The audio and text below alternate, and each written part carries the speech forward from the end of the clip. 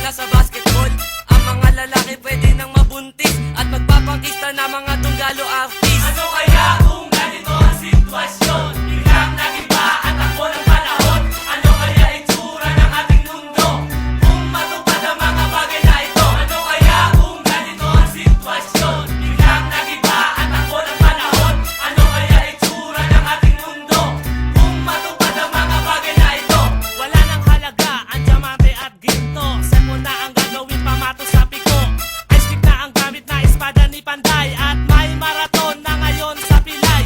Huhulihin na lahat ng gwapo sa mundo. Sa buong isang taon, araw-araw may bagyo. Gagawin tambakan ng basura ang luneta. US at Iraq, ibabalik na ang gera. Isasarado na lahat ng paaralan. Ang Pasko ipagdiriwang na tuwing November 1. Pwede na ang inumin ang tubig sa kanal. Ang shabu ngayon ay hindi na illegal. Bulang pipit bingi ang bagong star witness.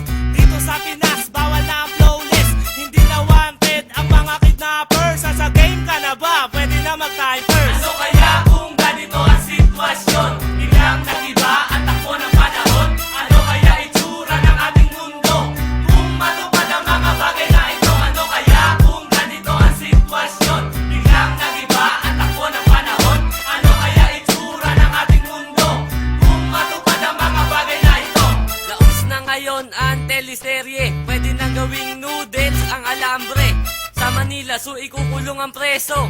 Libre na ngayong kuryente ng Meralco. Ang gulong ng kotse, gagawing tatsulok. Ang mga bulkan minuto puputok. Ang mga Kristiyano, sasapi sa kulto. At paatras na tumakbo ang kabayo. Pwede na ngayon, sungkitin ang bituin. Sa boxing, referee na ang susuntukin. Ang mga bansa wala ng presidente. At toyo na ang gagamiting tubig sa kape.